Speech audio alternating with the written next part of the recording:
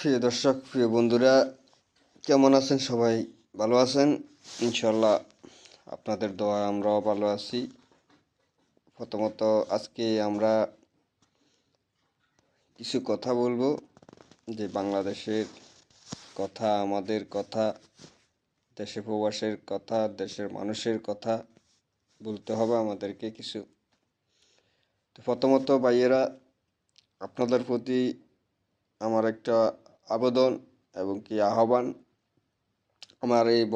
আমার এই চ্যানেলটা একটু সাবস্ক্রাইব করবেন দয়া করে, ভিডিওটা দেখবেন। আমরা নতুন মানুষ, আমরা উঠতে চেষ্টা করতেছি সবার জন্য, যেন আমরা ভালো কাজগুলা করতে পারি। আমাদের যেন আপনারা যারা মানবতার কাজ করতেছেন তাদের মতো আমরা যেন একটু সহযোগী হইতে পারি, এটা আপনারা আমাদেরকে হেল্প করবেন। আজকে আমি প্রথমত একটা কথা, আমাদের বাংলাদেশের যে বেগম খালেদা জিয়া অসুস্থ, তাকে আজকে লন্ডন নিয়ে যাবার কথা ছিল। বিমানের হয়তো কোনো সমস্যার কারণে বিমানটা আসতে পারে নাই। তুই আজকে যাবেন না, হয়তো রোববারে যাবেন। তো আজকে আমি বাংলাদেশে আরেকটা কথা বলতেছি। বাংলাদেশে যে যমুনা টেলিভিশনের যে নিকোলার যে কথাগুলা বলছে, এই কথা, সে নাকি এই বঙ্গবন্ধু তার অনেক কিছু। তো আজকে আমাদের ব্যারিস্টার শাহরিয়ার আলম যেই তাকে যে উত্তরগুলা দিছে, তো আমি মনে করি যে তার জন্য তাকে ধন্যবাদ জানাই। শাহরিয়ার আলমকে আমরা ধন্যবাদ। শাহরিয়ার আলম হইল জামাতের একজন লোক, জামাতের একজন আইনজীবী। তো আজকে জামাতের আইনজীবী হই আজকে যে নিকোলার বলতেছে যে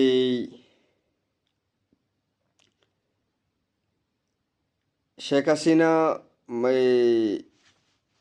মৃত্যুদণ্ডের মাতানি, সজীব মৃত্যুদণ্ডের মাতানি, যাবজ্জীবন কারাদণ্ডের মাতানি এবং কি সাজাপ্রাপ্ত ওই তারা দেশের বাইরে চলে গেছে। এবং কি আরও দুইজন, খালেদা জিয়ার কথা, তারেক রহমানের কথা তারা নিকোলার বলছিলেন।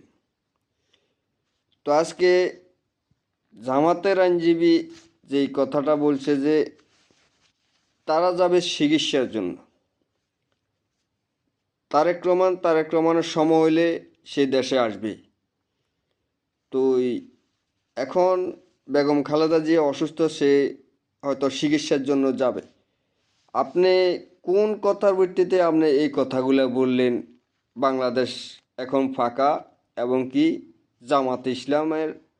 বাংলাদেশ জামাতে ইসলামে করবে।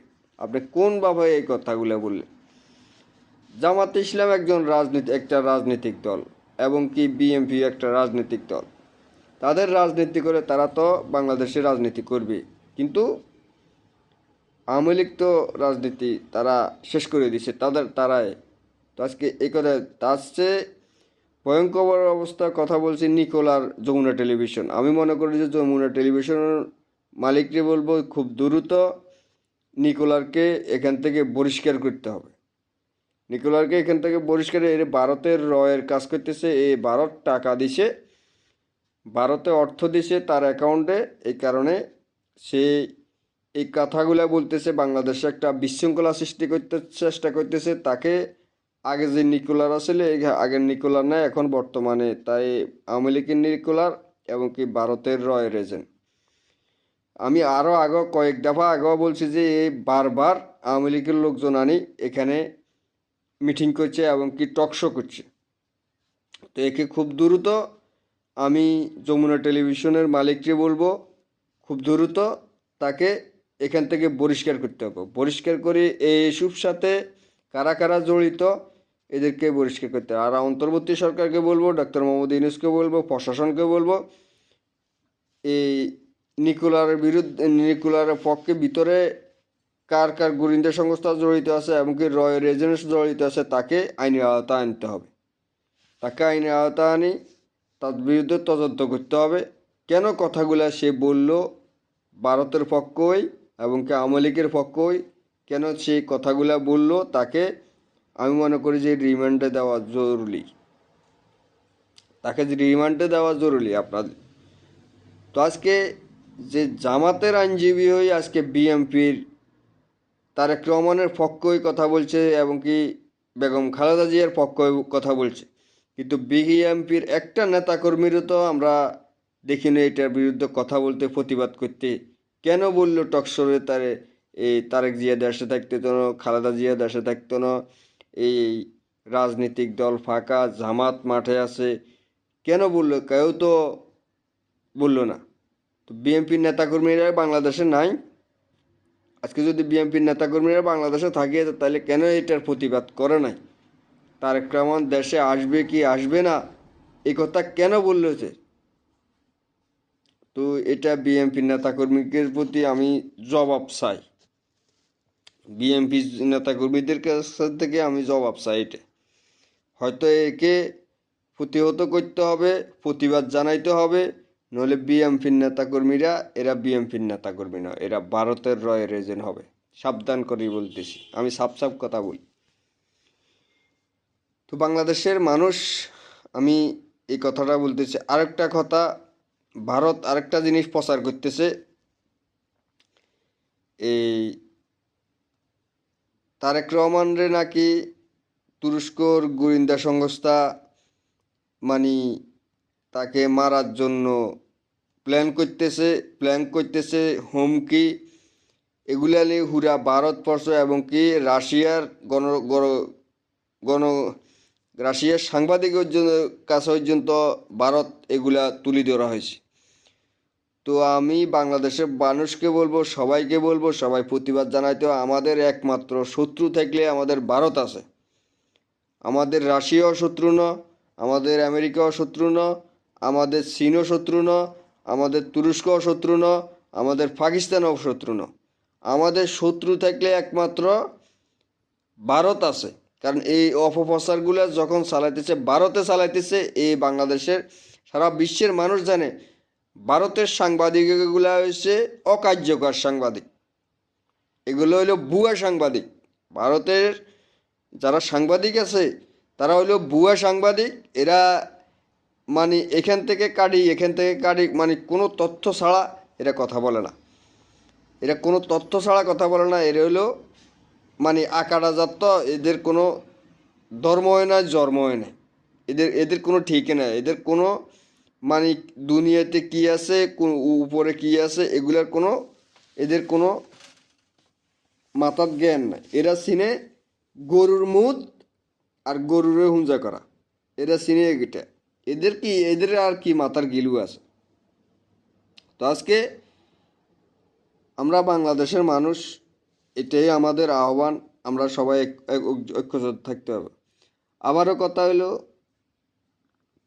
আমাদের বাংলাদেশে যে আমাদের প্রবাসীদেরকে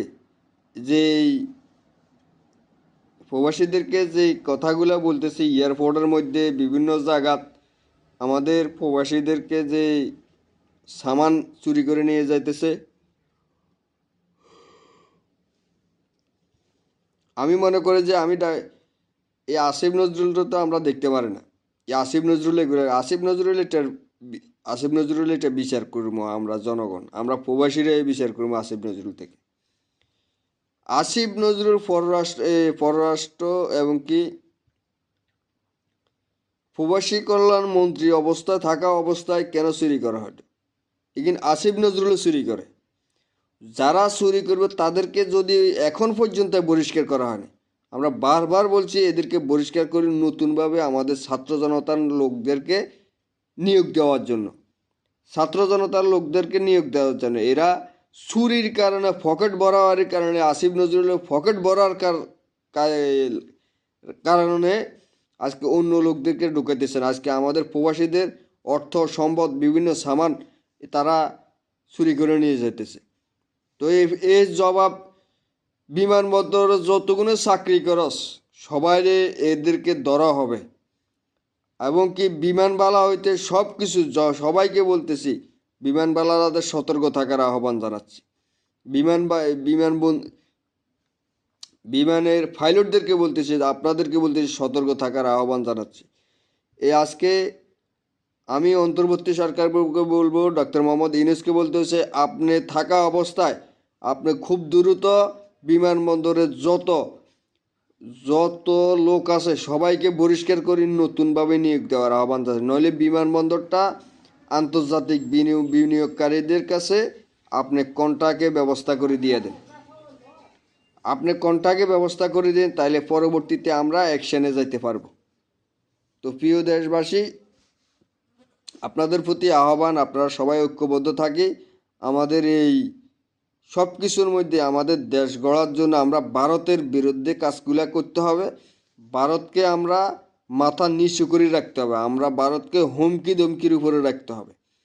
আমাদের কাজ দিয়ে প্রমাণ করতে হবে, আমাদেরকে তুরস্কের সাথে চুক্তি করতে হবে। আমি ডক্টর মোহাম্মদ ইউনূসকে বলতেছি, খুব দ্রুত তুরস্ক, পাকিস্তান, চীন এবং কি ইরান সবার সাথে, সৌদি আরব সবার সাথে একসাথে চুক্তি করে আমাদের দেশটা শক্তিশালী করে দিয়ে যান।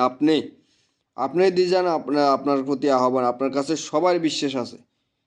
এবং কি আসিফ নজরুলকে বহিষ্কার পর্যন্ত করে দেন, এর কারণে বহুত ক্ষতি হতেছে আমাদের প্রবাসীর। আপনাদের প্রতি আহ্বান, আপনারা কথা বলবেন, সবাই মিলে এই কথা বলবেন। আর বাংলাদেশে আমি সকল প্রবাসীদেরকে বলবি, যার সামান পাইবেন না, প্রতিটা সেক্টরে একখানো মানে কাউকে মানে বাঁচতে দেবেন। যারা এই সামানের অধিকারী, এয়ারপোর্টের দায়িত্ব আছে, সব জায়গার থেকে তাদেরকে ধরি আমরা প্রবাসীরা যারা আছি সবাই একসাথে নামি, প্রয়োজনে পুলিশ পিটাইবেন, র্যাব পিটাইবেন, যতটুকুন আছে সবারই পিটাইবেন। কারণ আমাদের অর্থ যেন বাংলাদেশের মাটিতে কোনো চোর বাট পারে না খাইতে পারে। কারণ আমরা প্রবাসীরা শ্রম দিই এই সামানগুলা কিনি। আমি প্রবাসীদেরকে বলি, আমরা যারা বিমানতর নামি সবাই মিলে সোচ্চার হয়, যার যে সামান চাইবে সবাই ঐক্য, একজনের সামান নিলে 10 জনে একসাথে বিমানবন্দরে প্রতিটা পুলিশ প্রশাসনকে আমরা প্রথমে বিচার দিবেন। বিচার যদি কার্যকর সমানে পুলিশ প্রশাসনকে ফিডার শুরু করবেন। ওসি, ডিসি, এসপি বিমানবন্দরের যারা আছে দায়িত্বের মধ্যে সবাইকে ফিরতে হবে। আমরা প্রবাসীরা সবাইকে ফিরবেন। প্রিয় দেশবাসী, সবার প্রতি আহ্বান, সবাই ঐক্যবদ্ধ থাকবেন, কথা বলতে হবে। কথা বলি আমরা আমাদের দেশটা স্বাধীন করতে হবে। এটা হলো আমাদের আহ্বান। আপনাদের প্রতি দোয়া রইল, আপনারা ঐক্যবদ্ধ থাকবেন।